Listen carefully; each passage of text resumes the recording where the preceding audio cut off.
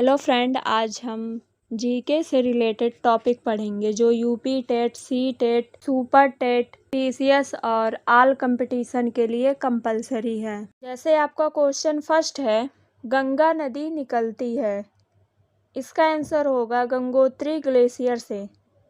सांस्कृतिक महत्व की दृष्टि से गंगा भारत की सबसे महत्वपूर्ण पवित्र नदी है। गंगा का उद्गम उत्तराखंड के उत्तरकाशी जनपद के 3,900 मीटर की ऊंचाई पर स्थित गोमुख के निकट गंगोत्री हिमानी या गंगोत्री ग्लेशियर से होता है। यहाँ इसे भागीरथी कहते हैं। देवप्रयाग में भागीरथी अलकनंदा से मिलती है। इसके बाद दोनों की संयुक्त धारा को गंगा के नाम से जाना जाता है। यह भारत की सबसे लंबी नदी है जो भारत के 5 राज्यों जैसे उत्तराखंड, उत्तर प्रदेश, झारखंड, बिहार तथा पश्चिम बंगाल से होकर गुजरती है। पश्चिम बंगाल में फरक्का नामक स्थान पर बांग्लादेश में प्रवेश करती है, जहां इसे पद्मा के नाम से जाना जाता है। बांग्लादेश में यह ब्रह्मपुत्र से मिलती है, फिर यह संयुक्त धारा मेघना में मिल जाती है और सागर द्वीप के समीप बंगाल की खाड़ी में गिरती है। उसके बाद क्वेश्चन सेकंड है, तिब्बत की सांगपो नदी भारत में किस नाम से जानी जाती है? इसका आंसर होगा ब्रह्मपुत्र। तिब्बत की सांगपो नदी भारत में ब्रह्मपुत्र के नाम से जानी जाती है। ब्रह्मपुत्र विश्व की सबसे बड़ी नदी में से एक है। यह तिब्बत में मानसरोवर झील के निकट चिमायुंगडंग हिमानी से निकलती है। ब्रह्मपुत्र को तिब्बत में सांगपो या सांपू के नाम से जाना जाता है। इसकी कुल लंबाई 25,080 किलोमीटर, भारत में 1,346 किलोमीटर है। विश्व की सबसे बड़ी नदी द्वीप समूह माजुली इसी नदी पर स्थित। उसके बाद क्वेश्चन थर्ड है, निम्न नदियों में से कौन सी नदी बंगाल की खाड़ी में गिरती है? इसका आंसर होगा सुवर्ण रेखा। सुवर्ण रेखा या स्वर्ण रेखा नदी बंगाल की खाड़ी में गिरती है। यह भारत के झारखंड राज्य में बहने वाली एक पहाड़ी नदी है। यह रांची नगर से 16 किलोमीटर दक्षिण पश्चिम में स्थित नगड़ी गांव में रानी चुआ नामक स्थान से निकलती है तथा बालेश्वर नामक स्थान पर बंगाल की खाड़ी में गिरती है। ताप्ती, नर्मदा और सिंधु नदियां अरब सागर में गिरती हैं। उसके बाद क्वेश्चन 4 है, भारत में पूर्व से पश्चिम की ओर बहने वाली सबसे लंबी नदी है। इसका आंसर होगा नर्मदा। भारत में पूर्व से पश्चिम की ओर बहने वाली सबसे लंबी नदी नर्मदा है। इसकी लंबाई 1,312 किलोमीटर है। यह नदी भ्रंश नदी का उदाहरण है। लूनी की लंबाई 320 किलोमीटर, साबरमती की लंबाई 371 किलोमीटर तथा ताप्ती नदी की लंबाई 724 किलोमीटर है। उसके बाद क्वेश्चन 5 है, भागीरथी नदी का उद्गम स्थल है। इसका आंसर होगा गंगोत्री ग्लेशियर। भागीरथी नदी का उद्गम स्थल गोमुख या गंगोत्री ग्लेशियर है जो उत्तराखंड के उत्तरकाशी में स्थित है। यह नदी देवप्रयाग में अलकनंदा से मिलकर गंगा नदी का निर्माण करती है। इसकी प्रमुख सहायक नदियाँ रुद्रा गंगा, केदार गंगा, सिया गंगा, विलगना, अलकनंदा आदि है। भारत में टिहरी बांध इसी नदी पर बनाया गया है। इसके बाद क्वेश्चन 6 है, कहाँ पर भागीरथी और अलकनंदा नदी के मिलने से गंगा बनती है? इसका आंसर होगा देवप्रयाग। देवप्रयाग भारत के उत्तराखंड में स्थित एक नगर एवं प्रसिद्ध तीर्थ स्थान है। यहाँ पर भागीरथी और अलकनंदा नदियाँ मिलती हैं। इन्हीं नदियों के संगम के बाद इस नदी को आगे गंगा के नाम से जाना जाता है। यहाँ देव शर्मा नामक एक तपस्वी ने कड़ी तपस्या की थी, जिसके नाम पर इस स्थान का नाम देवप्रयाग पड़ा। रुद्रप्रयाग में मंदाकिनी नदी अलकनंदा से मिलती है। कर्णप्रयाग में पिंडार नदी अलकनंदा में मिलती है। उसके बाद क्वेश्चन 7 है, भारत की सबसे लंबी नदी का नाम बताइए। इसका आंसर होगा गंगा। गंगा नदी का उद्गम उत्तराखंड के उत्तरकाशी जिले में गोमुख के निकट गंगोत्री हिमानी से होता है।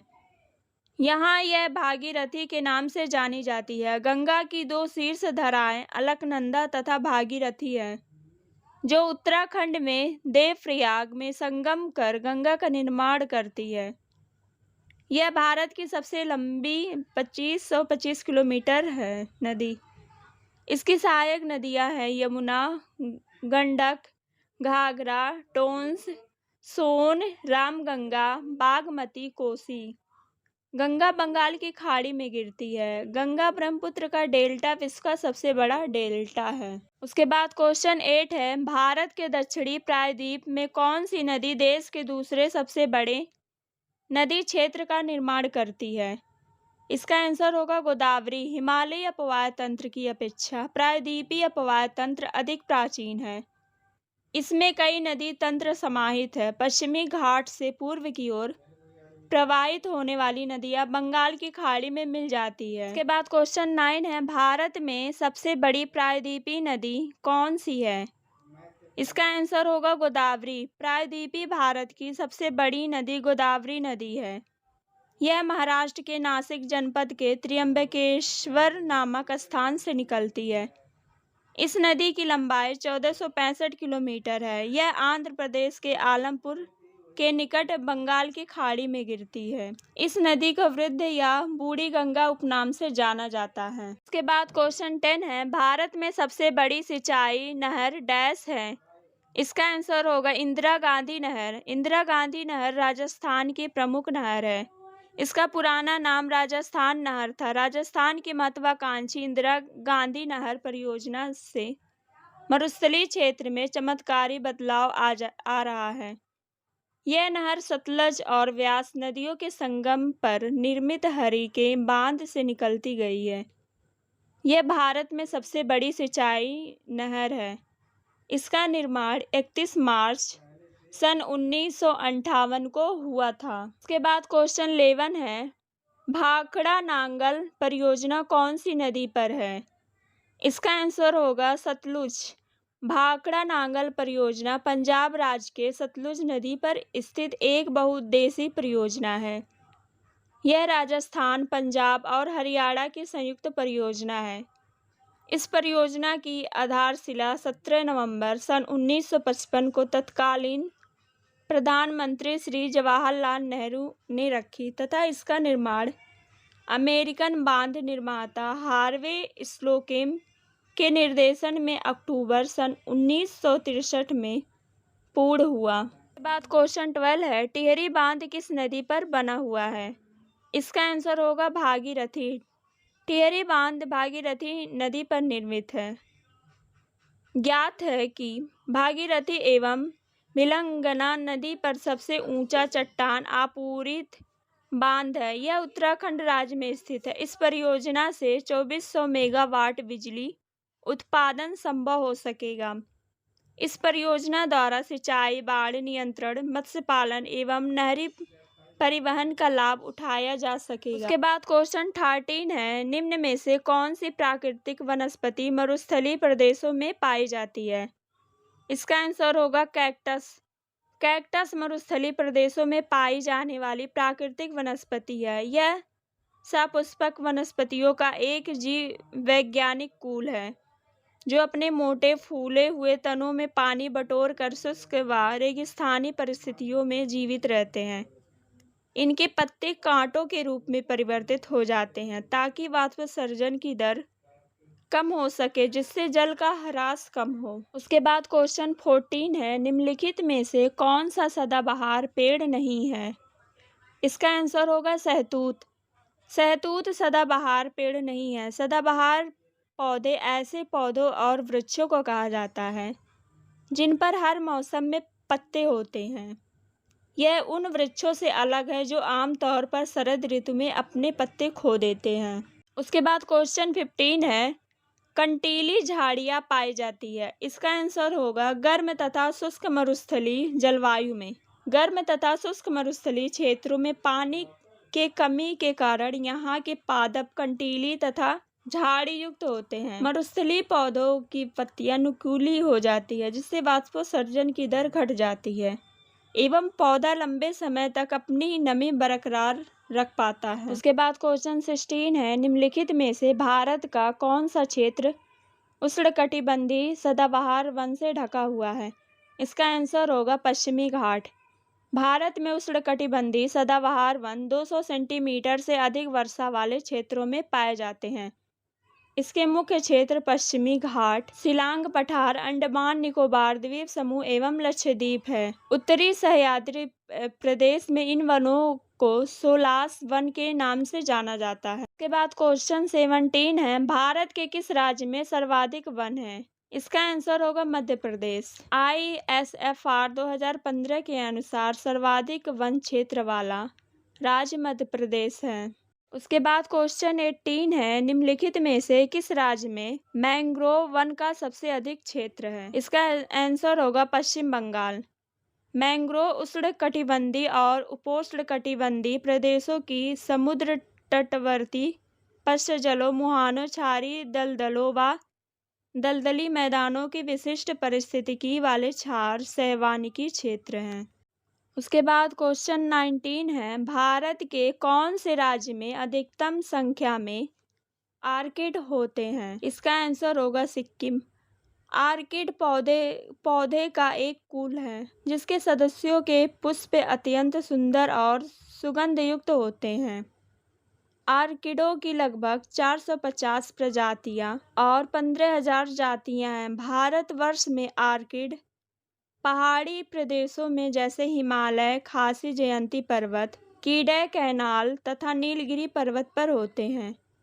ये बहुतायत सिक्किम राज्य में पाए जाते हैं। इसके बाद क्वेश्चन 20 है, WWF से आशय है? इसका आंसर होगा world wild life fund. WWF से आशय वर्ल्ड वाइल्ड लाइफ फंड विश्व वन्यजीव कोष है। सन 1962 में IUCN के सहायक संगठन विश्व वन्यजीव कोष की स्थापना की गई। इस संगठन का मुख्यालय ग्लैंड, स्विट्जरलैंड में है। इसका प्रतीक चिन्ह विलुप्त प्राणी ज्वाइंट पांडा है। यह संगठन अंतर्राष्ट्रीय स्तर पर वन्यजीवों की देखभाल पर नजर रखती है। उसके बाद क्वेश्चन 21 है, संकटग्रस्त जंतु दैत्याकार पांडा पाया जाता है। इसका आंसर होगा चीन में। संकटग्रस्त जंतु दैत्याकार पांडा चीन में पाया जाता है। पांडा को चीनी भाषा में छुयांग माओ या विशालकाय बिल्ली भालू कहते हैं।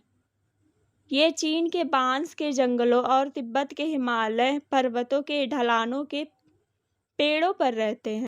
उसके बाद क्वेश्चन 22 है, निम्नलिखित में से किसमें सर्वाधिक जैव विविधता पाई जाती है? इसका आंसर होगा उष्णकटिबंधीय सदाबहार वर्षा वन व्योम। उष्णकटिबंधीय सदाबहार वर्षा वन व्योम में सर्वाधिक जैव विविधता पाई जाती है।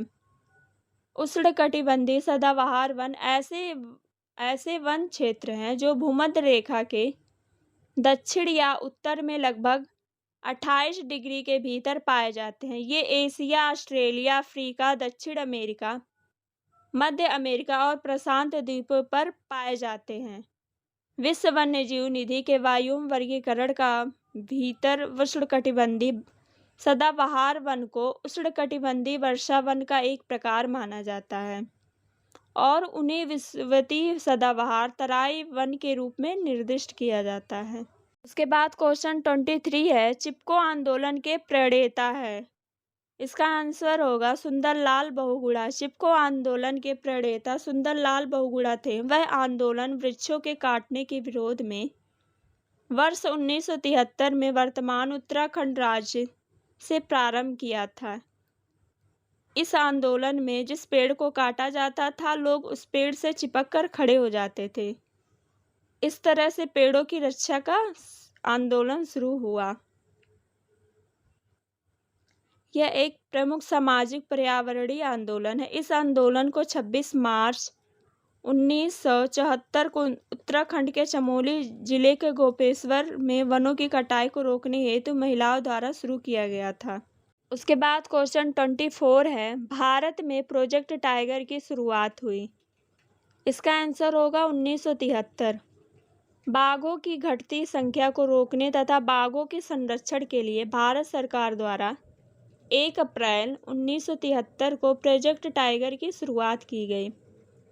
इस प्रोजेक्ट की शुरुआत जिम कॉर्बेट नेशनल पार्क से की गई थी। Jim Corbett national park Uttarakhand में है। उसके बाद क्वेश्चन 25 है, किसी जगह के फ्लोरा और फना सूचित करता है। इसका आंसर होगा पेड़ पौधे एवं जंतुओं को। किसी जगह के फ्लोरा और फना पेड़ पौधे एवं जंतुओं की उपस्थिति को सूचित करता है। फ्लोरा किसी भौगोलिक क्षेत्र में पाई जाने वाली विशेष वनस्पति के समूह होती है, जबकि फना किसी भौगोलिक क्षेत्र में पाए जाने वाली जंतुओं का समूह होता है।